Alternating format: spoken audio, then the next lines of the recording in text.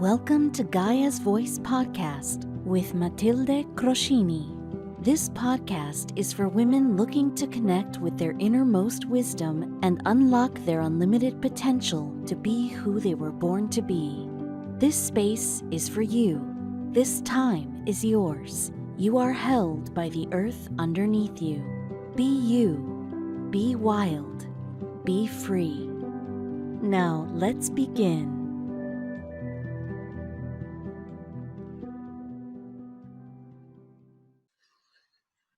Hello and welcome to this new episode. Welcome to this space that is for you, dedicated completely to you, and I want to acknowledge you and honor you for taking this time for yourself. And whether you're listening to this as you are doing other things, perhaps going for a walk or a drive or other things, or you are actually just sitting listening, it doesn't matter. It's still a time dedicated to you. It's still a moment that you choose to nourish that deeper part of yourself, and I really appreciate and honor you for that. So with that said, let's jump into what I want to talk about today, which is something I really feel is so important, because there are so many possible keys to unlock a different way of living. There's so many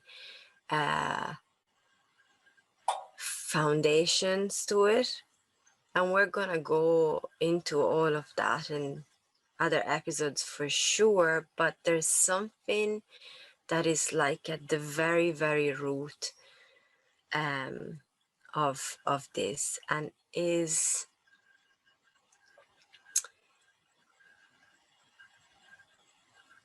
its presence, extreme presence.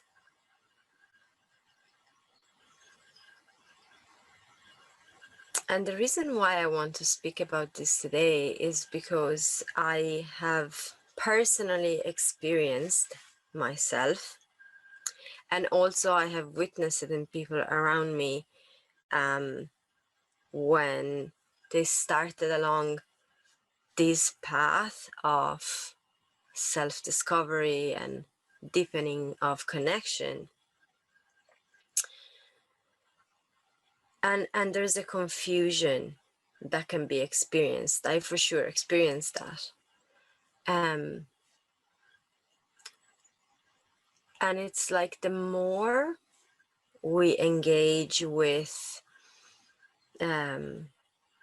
various different practices or techniques to transcend reality, to transcend the mind, we can get caught in a state of absence rather than presence. So I was taught and believed that in order to meditate correctly and also integrate the meditation in my everyday life, in order to practice yoga correctly, and in order to achieve relaxation, I had to go someplace else rather than my body, rather than here. And I am not actually with this. I don't want to, my intention is not to speak bad of any techniques or any practices. I've tried a lot of them and I've gotten amazing benefits from a lot of them, and a lot of them I still practice daily. So it's not actually the practice that we do. Whatever is the one that really resonates with you, that's amazing, that's fantastic. And if you haven't found it yet, keep looking, because there's so much out there that for sure there's something that really does it for you. What I'm talking about is the place where we come from when we actually practice, and what we're looking for within the practice. So yeah, I thought I had to go someplace else, and I thought that having thoughts still going through my head, for example meditating, that was a really bad thing, that I was doing something wrong. I thought that feeling uncomfortable during a meditation or during yoga, feeling a surge of uncomfortable emotions, there was something wrong with that, that I had to sit. I didn't have this word, sedate, but that I had to move beyond. That's what I thought. I had to move beyond. And so I'd be there practicing whatever was the practice, and everyone seemed so at peace while I was like really not. And so I just shut whatever feeling was coming down, and just try and really try in a way that is quite forceful to myself to bring myself someplace else, to move beyond what wasn't ready to be moved beyond. And I have noticed since shifting, since understanding that this is not really the way, how many people are actually caught in this. I have seen that in people coming to me in my courses, in my workshops, and even just other people I interact with that even have been practicing for a long time,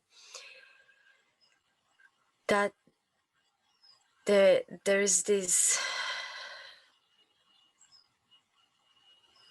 for lack of better words, it's like being in the clouds. There is like a negation of what life is about. Life is about being experienced, and experiencing life means being in it, means being in the life that you're living, because that is where all the information is. If I am experiencing a relationship that isn't the type of relationship I really want, that doesn't fulfill me, that doesn't make me feel good, but I just go through some practices just in order to find the relief from a situation that is really not positive for me,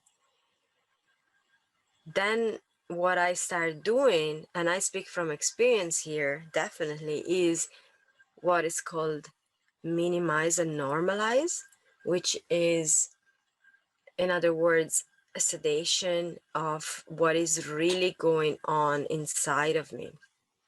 I've experienced that when the relationship with my partner had gone to a point where it was not a good relationship anymore, and there was so much minimizing and normalizing. There was so much making it into an intellectual journey of, oh, but like you can use whatever strategies really when you bring them in through the filter of the mind. It just becomes an intellectual journey. So although there were so many uncomfortable feelings, the mind was just shutting them all down and giving very good explanations for everything that was happening and justifying how I was behaving or how he was behaving, or even just creating an argument that of course I was right, but sure, this is just how it is. And then beliefs and stories get mixed into that because they're all in the mind, and so it gets very confusing. And what happens in the end is that we find ourselves in situations where we really don't want to be, and nothing has really changed despite practicing for years. Nothing has really changed. But we're just less and less present to ourselves, because being present is scary, because what you observe you don't like, so it's better to just remove yourself from the place. And that is very risky, because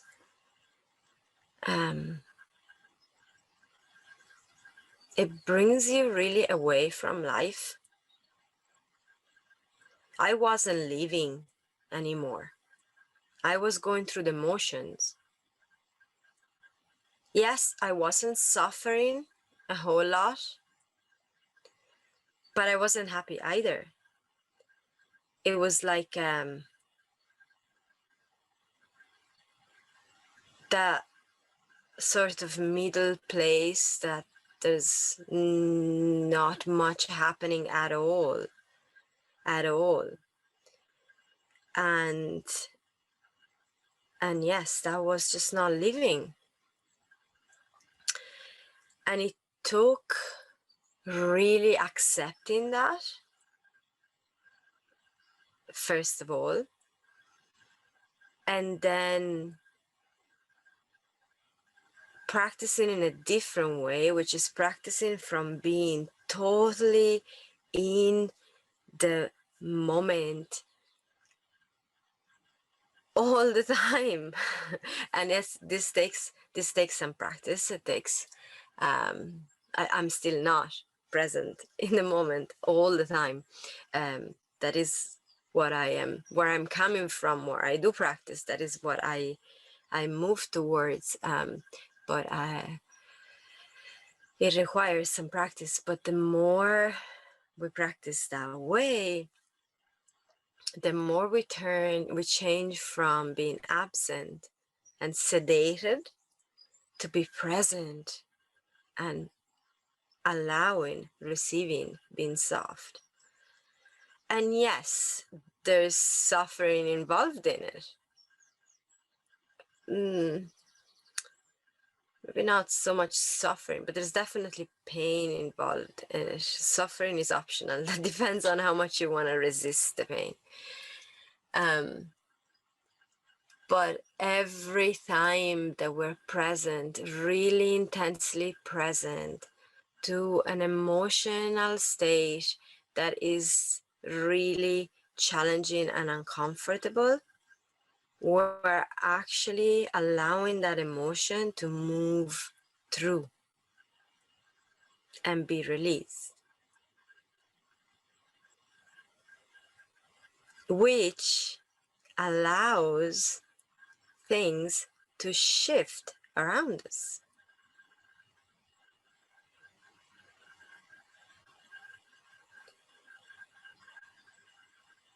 Which brings to another foundational point, which is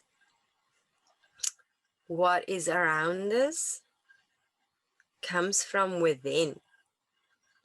What you see in the world around you, how you see it and how you experience it, it's all coming from within. And so when we go within, we can really change what's around. Now, we're not doing it for that purpose. You're not going, I'm just going to do all of this work so that that person is going to change and that situation is going to change.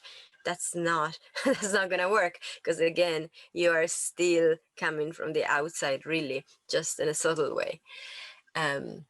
Coming from within is like really just being so present to you. What's live here right now? If you take a moment right now to really tune in to what is live for you right now, no right or wrong, what is live for you right now?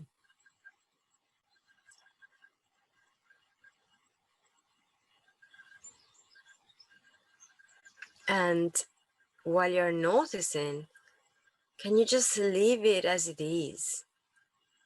Can you just notice without wanting to change it, without wanting to fix it?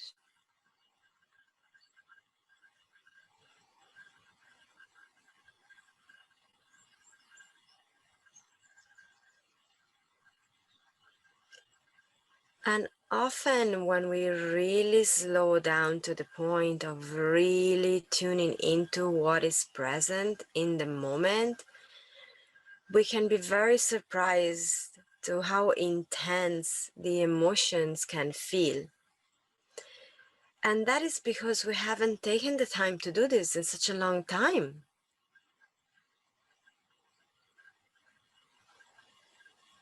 It's like when I don't take the time to play with my children for a few days. Maybe I'm busy or whatever, and it just doesn't happen.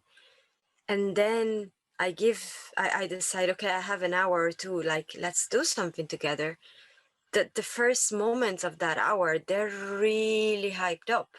They want to do a million things because they have me there. They're like, wow, oh, mom is here. Okay, let's do hide and seek, and then let's go jumping on the trampoline, and then let's do painting, and then let's listen to music. And it's like, whoa, that's intense. It's just because they haven't had my attention in a long time. And the same happens to what is within us.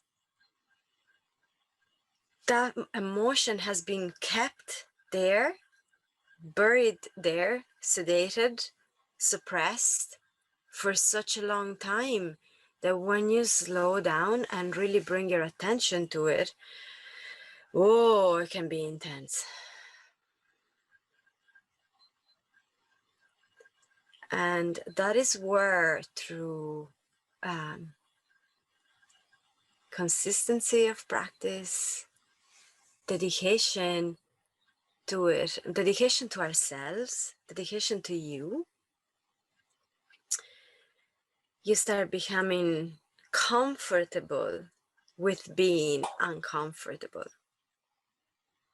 And this doesn't mean that you need to go looking to be uncomfortable. That doesn't give you like a badge of honor to actually just go making yourself uncomfortable. But it's if there is, and there are uncomfortable feelings there for sure, because you're human, because you're going through this life experience that has all the range of emotions, all the colors of the palette. It just is, it's the beauty of it. And so when we bring our attention to inside, and we experience it can be challenging, and it does require support, definitely. I am so appreciative of the support that I have received at times going through moments, and I still still look for support, still look for support. It doesn't matter how far along the path you think you are. Support is always, always, always so important. I used to believe I had to do it all by myself, and that was not very helpful. We really don't have to do it all by ourselves. There's no extra credit for doing it all by ourselves, for sure. Hmm.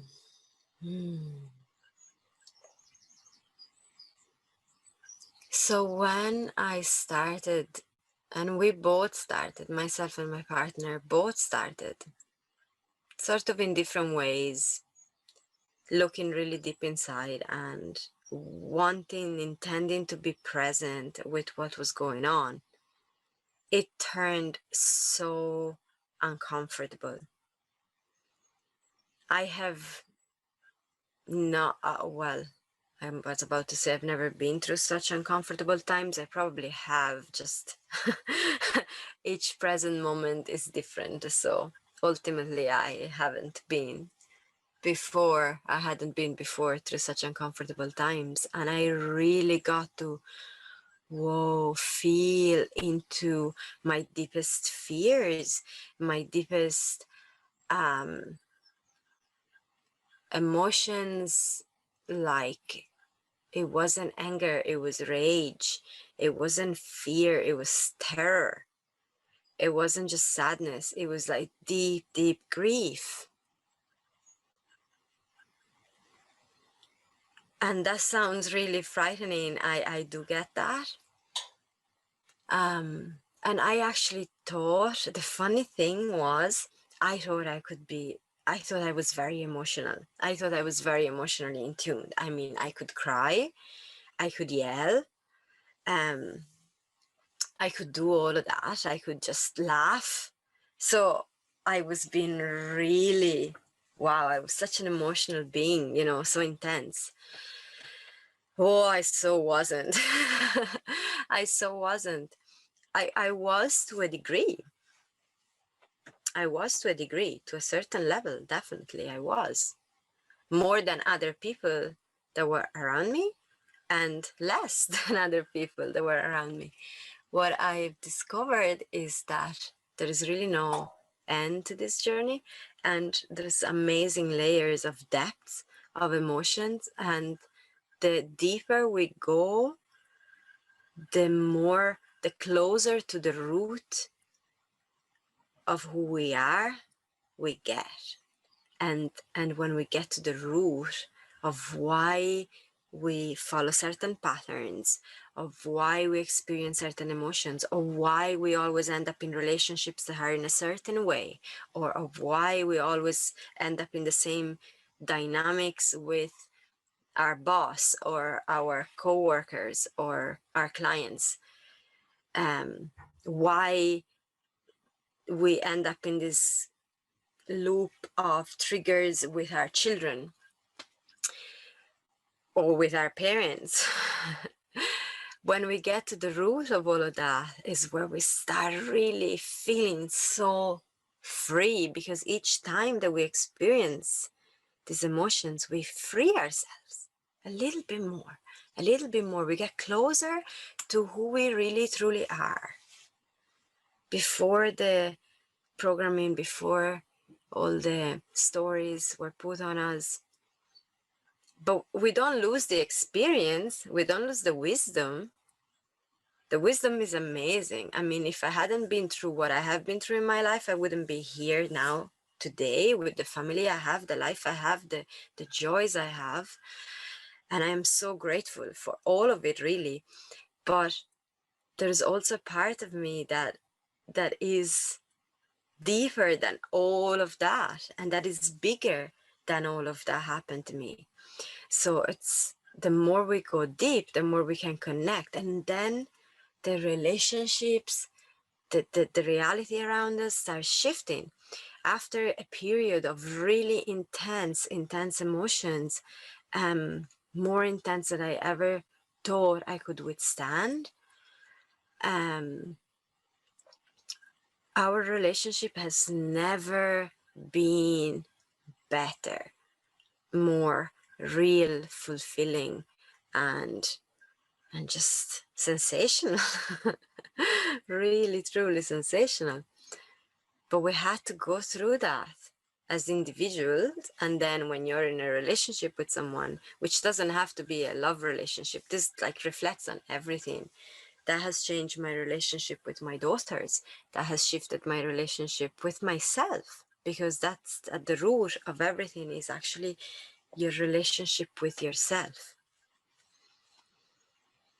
And so instead of sedating, what I call it is intense living. Intense living. Being so extremely here in my body, in the moment, every moment, as much as possible, as much as it is available to me.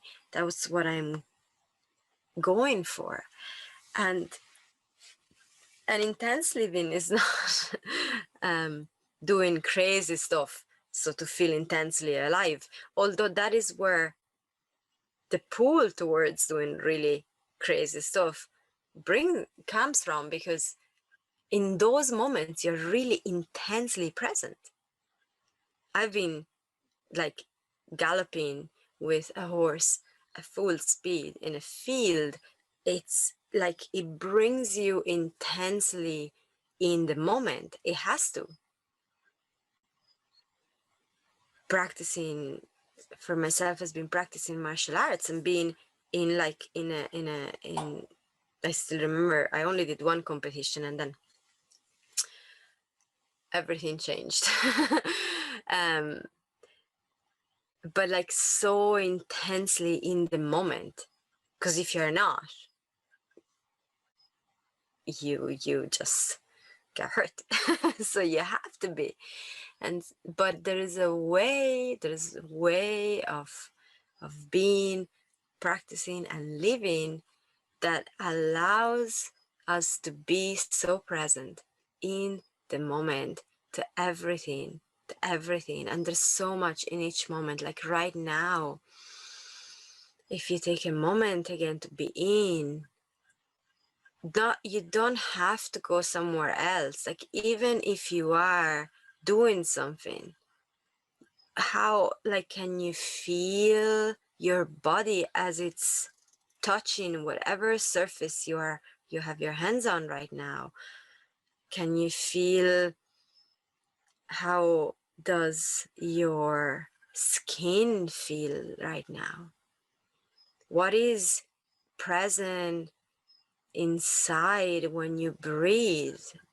How are you breathing right now?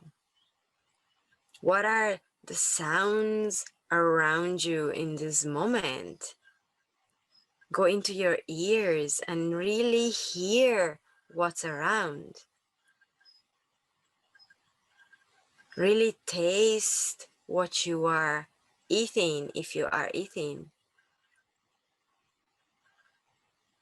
Each moment has such a depth to it when we are in it.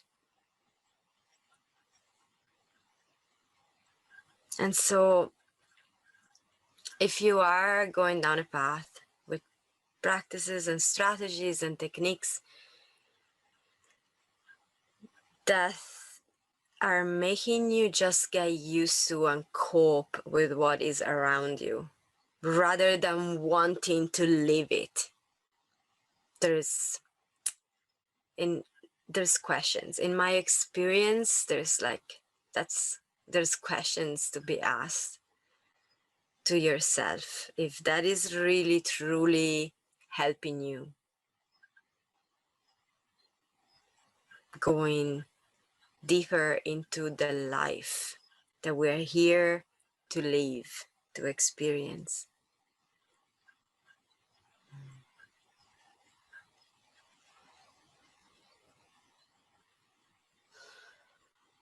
And I will talk more about this down the line, I will, this is like the core, is the core of everything. I live, I do, I think about, I I talk about, because it's so important, and it has changed my life completely from a life that wasn't worth living, a life where I was contemplating how to end it, to a life that is just, it's just wonderful. It's my life. It's a gift. So thank you so much for being here with me today, for listening and watching, and thank you for your comments. Feel free to connect with me at Gaia's Voice on Instagram, or come and join me at Free to Be a Goddess on Facebook. Is a Facebook group for women where I share content. I'm sending you lots of love and light, and I hope you have a wonderful day. Bye for now. Thanks for watching this video. If you enjoyed, feel free to give it a thumbs up and subscribe to our channel for more. Join our growing international sisterhood at Free to Be a Goddess on Facebook. Join a tribe of women free to be their beautiful, wild and sacred selves, safe and supported. Find the link in the description.